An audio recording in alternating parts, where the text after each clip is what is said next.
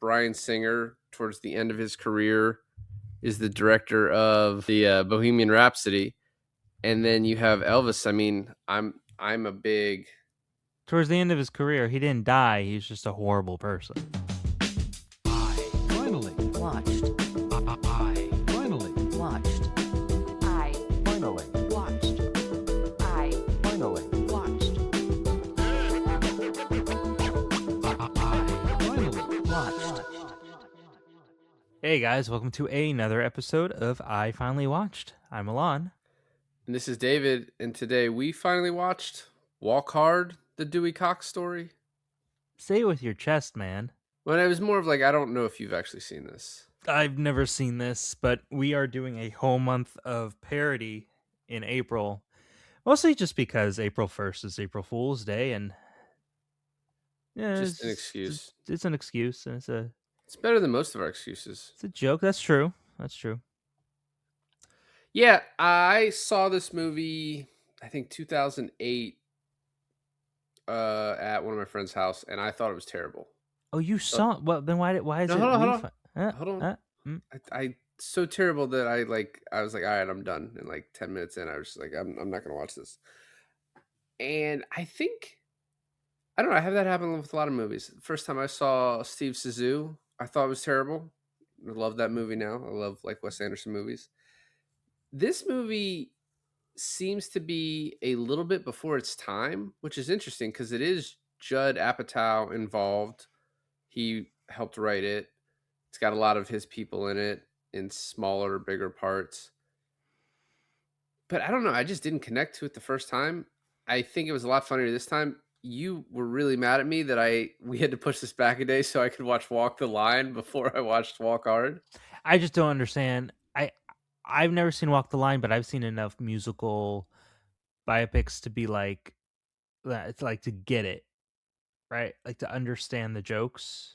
But this is the main parody of this movie is Walk the Line. And I understand that, but I'm telling you, you can watch literally any music biopic and be like, oh, I get it. Well, what's funny too, so watching Walk the Line, I was like, this isn't much different than what Bohemian Rhapsody or Elvis, I guess, in structure. Well, But I mean, I even that hate Timothy Chalamet Bob Dylan thing. Complete Unknown, which I've heard is really good. I want to watch that one. I have not seen it. And the monkey one. Which one's that? Robbie. Oh, Better Man? I was Yeah, like, Better what the Man. fuck are you talking about? Yeah. So I thought the Elvis movie was terrible, and I thought Bohemian Rhapsody was so kind of laughable. They were both so. You thought No. Elvis was terrible?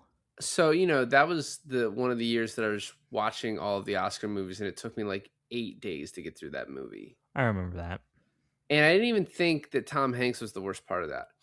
Walk the Line is very similar, but I don't know, for some reason it's just way better done than this. I mean, I think part of that has to obviously be in the direction. So Bryan Singer, towards the end of his career, is the director of the Bohemian Rhapsody, and then you have Elvis. I mean, I'm a big.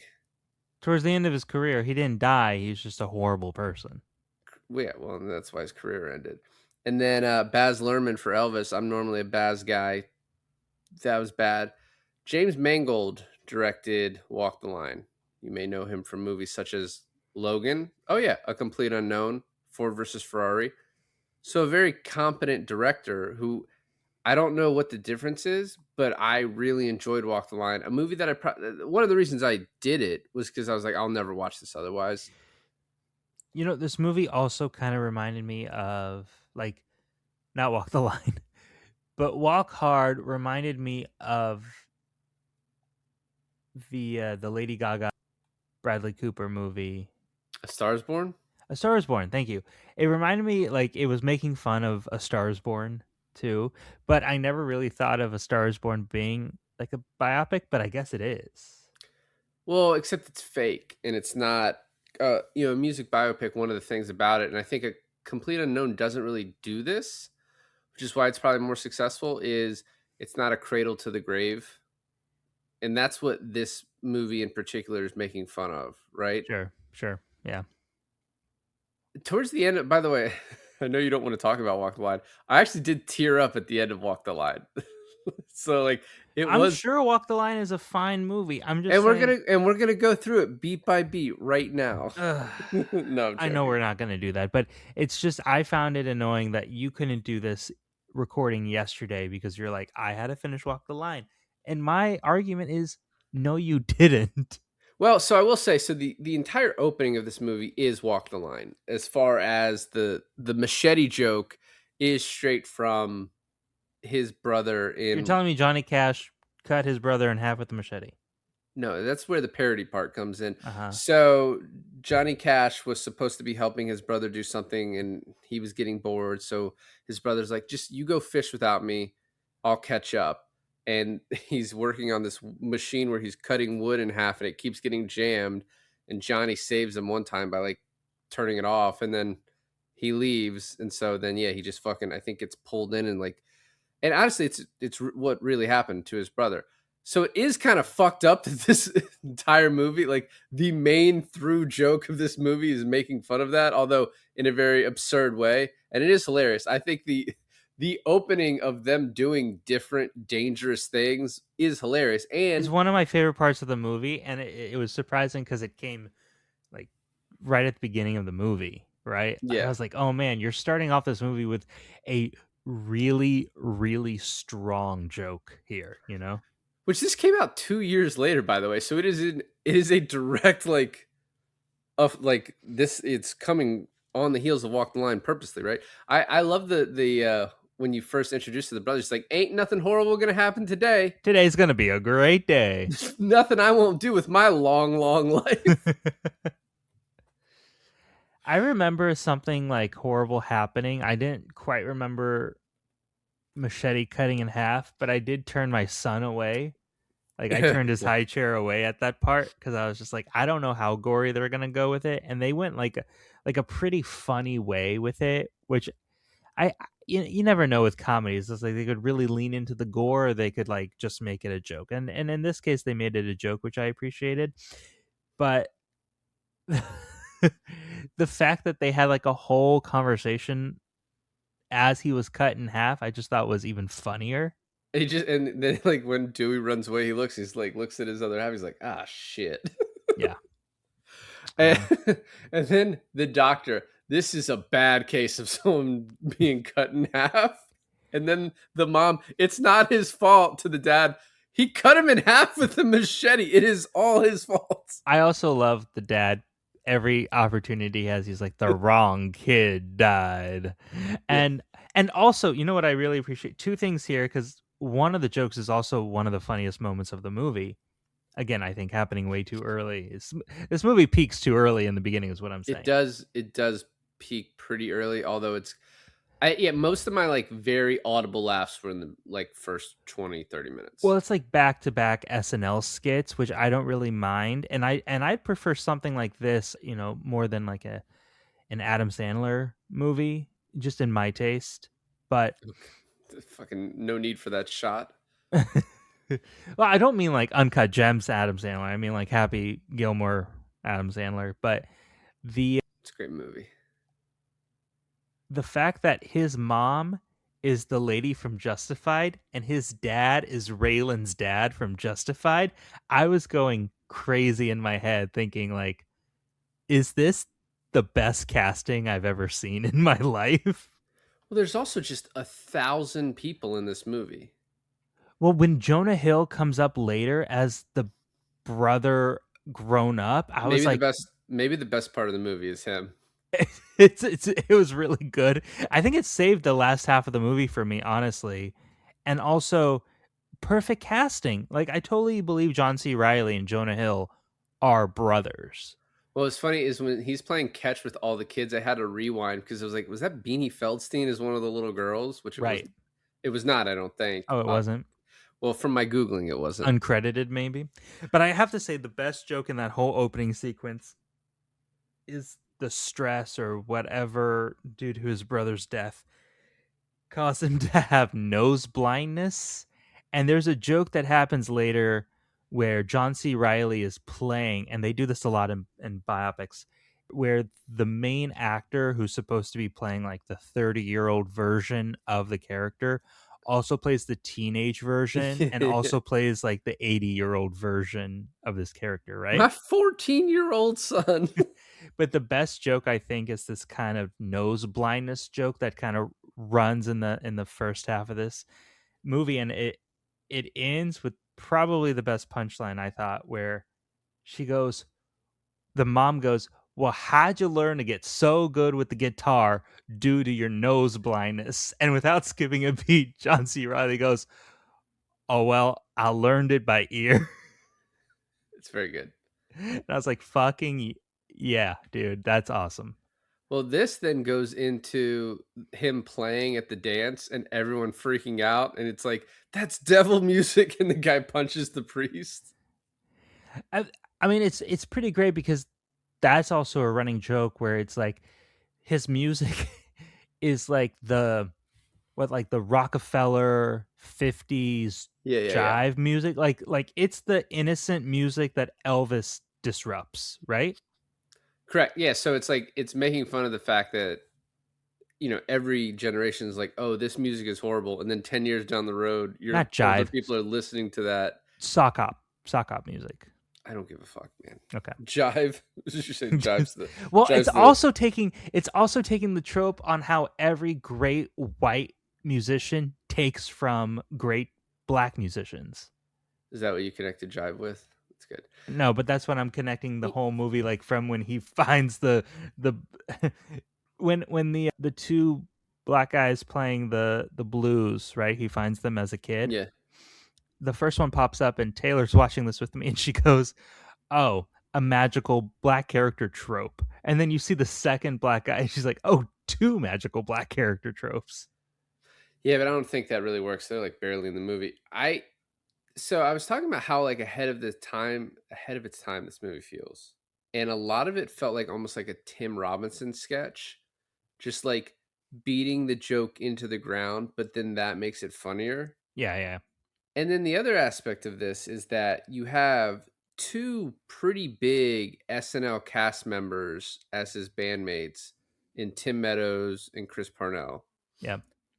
And it's almost like a changing of the guard because you have them, and then you have like John C. Riley, Jonah Hill, Ed Helms, like all these other people who are gonna be fucking huge. And then also you have Jenna like Fisher from The Office comes in later, and I think she's just like, okay, first of Kristen all, Wiig. the hottest Jenna Fisher has ever looked in anything in her. I mean, I'm not saying she's bad looking, she's good looking, but they make her homely in The Office, right? Primarily on For purpose. sure. She is spicy in this. Okay, thank you. Thank you for letting me know about that. I'm also a big Kristen Wiig fan. Kristen Wiig, when she's like, and I'm his 12-year-old girlfriend. Well, and she does this thing too. They like, you will get this from if you ever watch Walk the Line, but she's like, and I will only give you unconditional love. And then she's like, immediately like, why are you playing your music? And he's like, well, this is what I told you I was going to do. Like, so Jennifer Goodwin plays his first wife in Walk the Line. Yeah. And they could not try to make her worse, which I do think is funny because I think like second wife character, who's Jenna Fisher in this, who was Reese Witherspoon in Walk the Line, it was like very much involved in getting the movie made. So she's like, yeah, that first wife sucked. I thought Reese Witherspoon, from like everything that I saw for Walk the Line, which mind you was not much, I thought Reese Witherspoon was the first wife, but I guess not. She's not. No, she's also very good. She won the Oscar for that, and I was like, that seems like kind of a nothing role, but no, she was very good in it. What's the next joke? So, I'm doing pretty. Yeah. So when they're making fun of, like, Kristen Wiig is making fun of that from Walk the Line, and he's like, I think I'm doing pretty well as a 15-year-old with a baby. And then she's like, I believe in you. I just think you're gonna fail. Well, when she was like, you never follow my dream, and he's like, oh, well, your dream is wanting a candy house. I can't build you a candy house. And they keep going with that, right? Like, I think that's a good example of a joke that keeps getting beaten down to the ground, but then has a great payoff, and it's like is eventually funny. and I look over at Taylor, and she has a very confused look on like, why the fuck is her dream a candy house?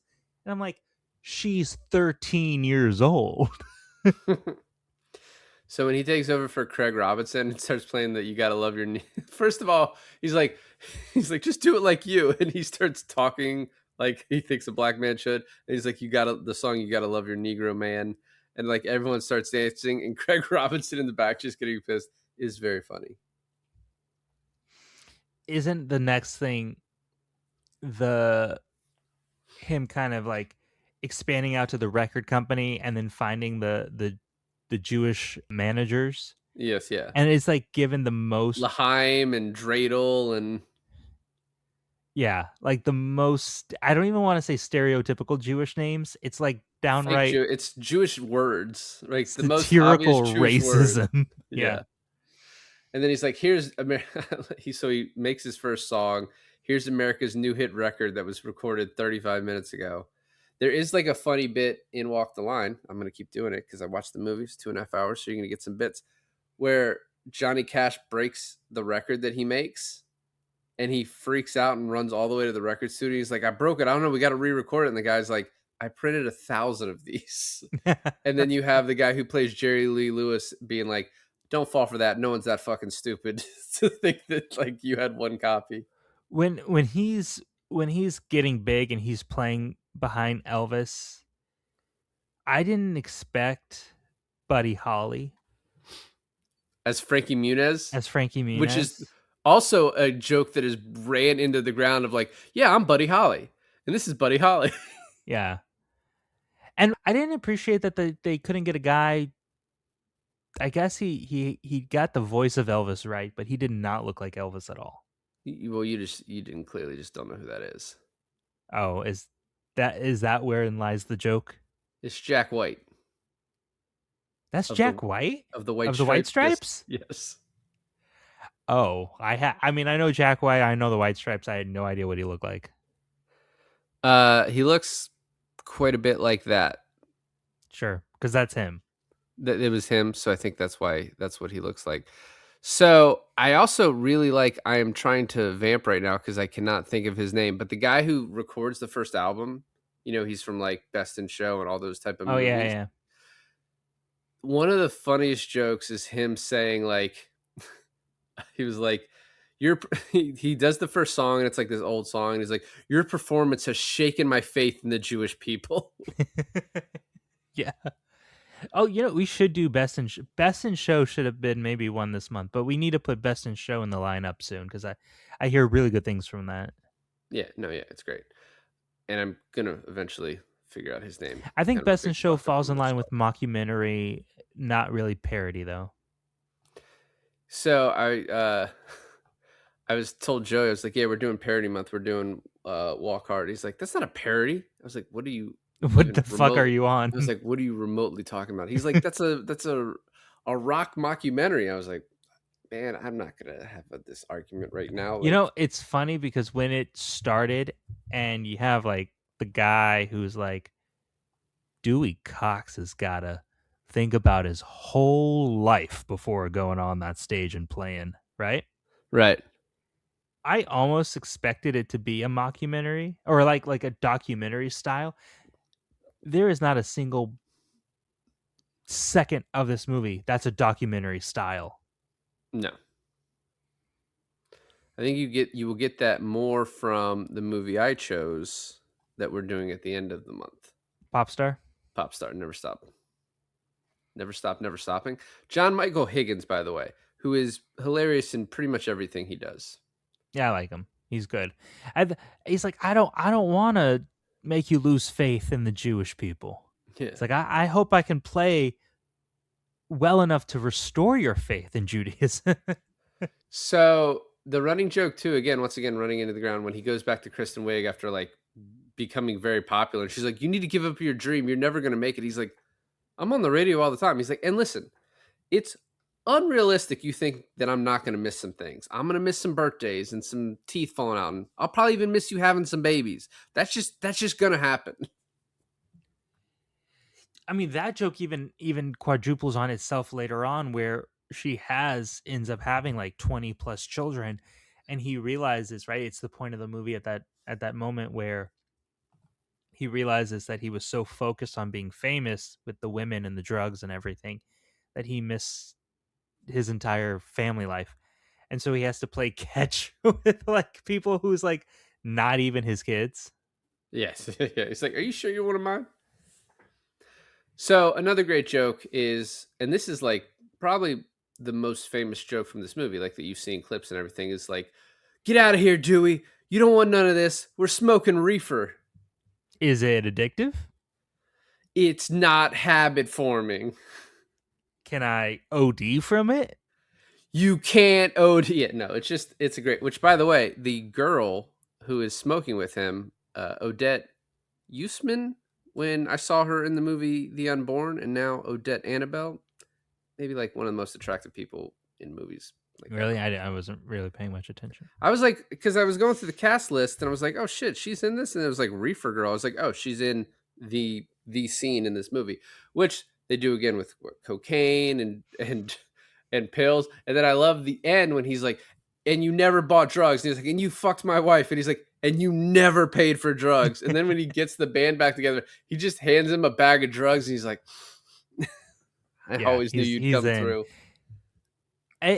This movie touches like we talked about earlier, like a lot of stuff on what you find in every biopic ever, right? But at that time, you didn't. I don't feel like you had so many. Like, obviously, you had Walk the Line, which this was parodying, but I feel like this movie almost should have ended your stereotypical music biopic.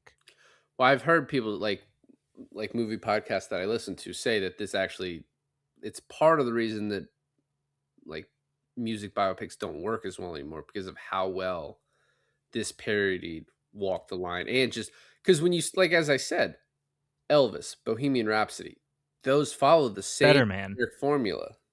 I don't know. Does he I was start just out as a baby waiting for monkey? Dewey Cox to be like an animal or something, dude. Well, he's like, do you want 5K or the giraffe? He's like, I'm gonna take the giraffe. And he's like, you can take all my kids, but you will never take my monkey. And then he's yelling at the monkeys like, "You never wanted to be here anyways." Sinjur is introduced, and you brought this up before, but the music, starting with the Let's Duet song, is all really good. The song "Walk Hard" is an actually like good song with like a good message. Like, I'm like, yeah, man. Like, and the duet thing, and then the song that happens later on. Oh, and I also love the trope of every time he gets in an argument with his wife, he has like an idea for a really good song title. But the one where he has the last argument where it's, oh, I'm trying to remember. Do you remember the last song he played where he was yelling at his wife and she's like, don't make that a song title. He's like, but it's a really good song title. I can't remember which one. I actually like. I think my favorite song is the one he ends with. That I ends think the that was entire the one movie. I'm talking about, but I'm But that was trying his to. kid. That was his kid who said that one. There was a different one, but the point is that all the songs were really fucking good. Correct. Not even just like funny good, like actually good. Yeah, So yeah. I mean, after Jenna Fisher comes in, and then she leaves him. The I ache for a man's touch, and by a man's touch I mean a penis in my vagina. And then, so he's arrested for the pills, goes to rehab. I love when Darlene comes back and she's like, "Now that I'm your only wife, it's different." And then the blanket thing, all these blankets saved my life. He's hot, doctor. He's too cold. Less blankets. Maybe he needs some more blankets and then some less blankets. By the way, the song I'm thinking of is "Guilty as Charged." Was also a really good Yes, song. yes, yeah. I like when he's doing the speech about the midgets. And he's like, "So much injustice, and it's complicated." And then, why don't people ask Bob Dylan why he sounds like me? It's a great Bob Dylan impression. No, the midget thing is American Pie, which is half the size of a regular guy. You'll Yes. come back when they remake Wizard of Oz. I was actually kind of disappointed. I wanted them to lean farther into his nose blindness, and I know they did that thing at the end where he could smell her hair, but I really thought they were going to be like, because he like supports a foundation for midgets. He's like, what's their problem? But but I was like, oh, he should start a foundation for nose blindness. That would be, well, yeah. But So, oh well. I mean, this middle section of the movie, though, is sort of getting away from the Walk the Line parody and basically parodying all of music, right? So he has the Bob Dylan, he has before that, and then he has the Beatles. In India with the Beatles, and it's also sort of riffing on the same Buddy Holly joke in that Frankie Muniz does not look like Buddy Holly. None of these guys look like Buddy Holly. They're all When sort. you said the scene in the movie and you were talking about the reefer scene, I thought you were talking about this scene. I feel like this scene is is the one in the trailer, is the one on like the random YouTube clip that you just I've never seen it. I've seen the Tim Meadows reefer scene 1,000 times on. oh, you've never seen this? No, so I yeah, I was and I sad because it was ruined for me because oh man, to watch it for the first time. but what I was saying is like, so Frankie Muniz doesn't look like Buddy Holly. None of these guys look like any of the Beatles they're portraying. So they keep telling you which Beatle they are, and they keep saying, "And we're the Beatles." Well, what's really funny is Jack Black keeps switching up different English accents, Yeah, right? He does yeah. English, he does like Cockney. Does well, he he do a does a little little Cockney? Cockney, but he moves all the way to Irish and Scottish at one point too. And then he just sounds like Jack Black at certain points. It's really funny, and I think the most convincing Beatle, quite honestly, is Jason Schwartzman as Ringo Starr. He And they like all keeps shit that on him. face that whole time, and he's doing a really good job. But like Justin Long and Paul Rudd, it's like I I wouldn't have that scene any other way. Actually, I appreciate in this movie how long they milked this scene. The drug scene, the LSD No, scene. the Beatles scene. It just lasted like from start to finish. It was one scene, but it lasted for so long. Well, And I because was I like, think of they course knew you have they. these guys, you can't let them go. Yeah, you have gold, and then Dewey, you've been on the trampoline for 4 days, and then right after this, why are you singing a song about cutting people in half? And he's like, "It's a metaphor. That means it's secret. Metaphor means secret." No, it doesn't. Well, yeah, I think we all know that. No, he says no, it doesn't. And then as they walk away, because he's like fired his band, Tim Meadows, guess this is the end of a chapter in your life, Dewey Cox. The entire time, because this movie is so predictable, purposefully, Taylor and I were guessing what was going to happen next, Yeah. and I go, I think he's going to get hooked on drugs, and she goes, oh, I think he's going to cheat on his wife. Or not both. Literally, those two things happen at the same time.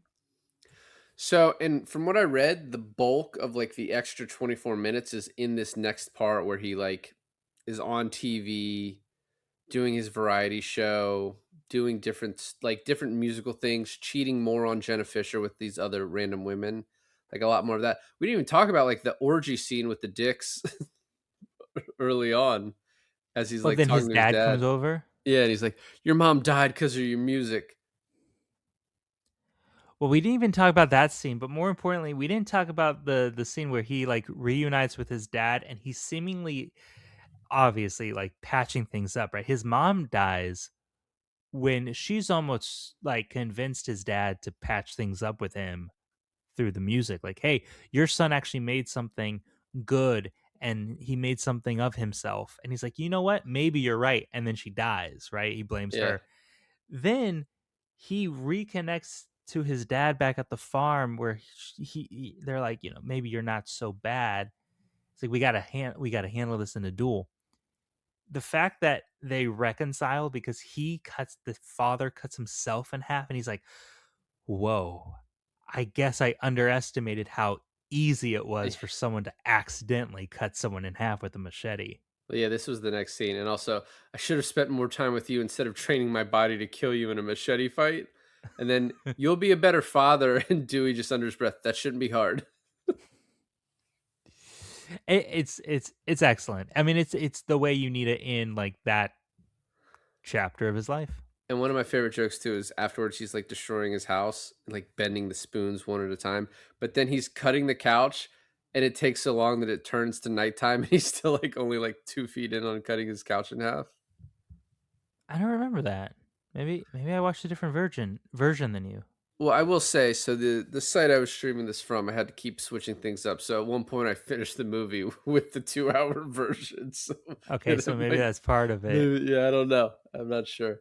Uh, and then so he has a catch with his son, his main son being Skylar Gisondo, who's been in like pretty. Yeah, he's from the Righteous Gemstones, right? I have not seen the Righteous Gemstones. Obviously, I need to see it. Licorice Pizza. He was in Booksmart. Licorice Pizza is kind of the first thing I was really like recognized him in. Yeah. So anyway, I love that he's like, "Wow, you're pretty terrible at this." When he's like he can't catch. And then the snowballing joke of he then tries to reconcile with all of his children. Correct. And then Darlene comes back. I'm alone now that I'm 50. And then you don't want this Dewey old Cox. And then the horse shit. And then he turns 71. We get the rap stuff involved. And I love when the lady's like, "What are you doing after the show?" "I'm going home to my wife and kids at the hotel." And then she's like, "He fucked my grandma." The ending where he's singing is it Guilty as Charged at that point, or is it a different song? It's a different song. I was trying to look up what the name of it was. Because that song was pretty good too. Oh, he covered Starman by David Bowie, and that was hilarious. Yes. Oh, it was Beautiful Ride. It was a beautiful Correct. ride. Yeah, which is I think my favorite song in this. I also love like right before this, he's like, "Did I live a double good life for you?" He's like, "Are you kidding me? You fucked 411 women and 3 men. You had an awesome life." And then he's like, "I don't know if you had this joke, but he looks over. He's like, 'Who the fuck are you?' She's like, 'I'm your feminine side, and you should have gotten more in touch with me.'" No, I did not have that It's joke. John C. Reilly dressed as a woman. Did you had the joke where his manager died and then ends up as a ghost on the stage? No, I don't think so. Oh, Actually, or that's maybe I great. just wasn't paying attention. So his manager is the guy from Oppenheimer, right? Oh, Krumholtz. Yes, yes, yes. Yeah. And so he's so old because Dewey Cox is old when he's singing Beautiful Ride on the stage. He has a heart attack and he dies in the crowd. And then he immediately ends up being a ghost alongside Jonah Hill. I think I honestly just missed it. So it was probably That was a definitely great joke too. And I like that he's like, Dewey Cox died 3 minutes later, and then it shows him holding his chest. Well, you have to have like I don't know what it's called. What is it called when it tells you what happens to the character in words on screen after the movie? It's like the postscript, or I don't know, whatever. Epilogue, maybe? But it also makes this a true cradle to grave, right? Like it starts at the very beginning. I don't know if it shows him being born, obviously, but it ends with him dying. I think the youngest it shows them as kids going and having the greatest day ever.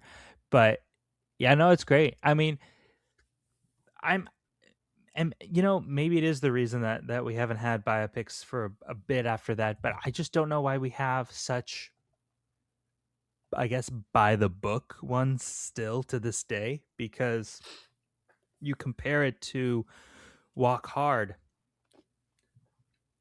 and it's kind of bad for it, right? It's like, oh, you're just not even trying.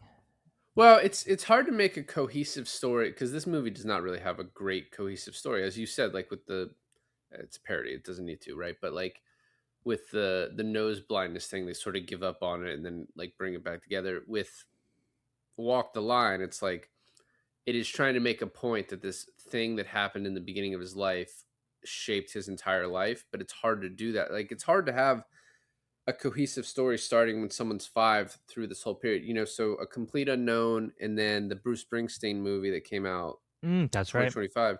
Those are both, I think, point in time movies, which I just think just work a lot better than trying to tell a complete story of someone's life in 2 hours. Here's why. Point in time stories have a better chance of finding a common motif or moral of the story of like, oh, your singer has to overcome this thing from point A to point B, and that's easier to be done in like a shorter amount of time, right? But cradle to grave stories is you're trying to find a similar motif throughout someone's entire life, and that's just not how actually anyone's life works. So Well, now you're like making stuff up to try to connect pieces of their timeline, and I think that's where it falls apart. well, one of the reasons I hated Elvis is because it made it look like Elvis had the worst life of anyone who's ever lived. Right. Never a good thing happened to Elvis. Right. Right. And I mean, but even the Bohemian Rhapsody thing, like the people came out and was like half this stuff did not happen in the Live Aid stuff happened way after we knew about him having AIDS and stuff like that, right? Yeah. But they constructed in such a way where they're like, "Oh fuck it, I don't care about telling the real story of this guy. I need to make this movie good." And none of it happens. So, And Bohemian Rhapsody, at least I think, was not a specific point in time, but like was a probably a shorter period. It seems like I don't remember it very well. it was like college to grave. Yeah, well, he did die young. So, the only fun fact I saw was that Reese Witherspoon was considered. I don't know if she would have done that. I felt like she might have been like, "You guys are just shitting on my Oscar-winning performance," but it says she was considered. So, I think, quite honestly, I think Jenna Fisher was probably the best, not only the best actress or actor in this movie, but sometimes the best part of this movie. she didn't really do a whole lot outside of The Office. There's like a couple parts here and there, but she should have done more. Well, she was married to James Gunn all those years, so Was she? yeah. So she doesn't make great decisions. Thanks for listening to another episode of I Finally Watched. This is David. And this is Alon, and we finally watched Walk Hard. The Dewey Cox story.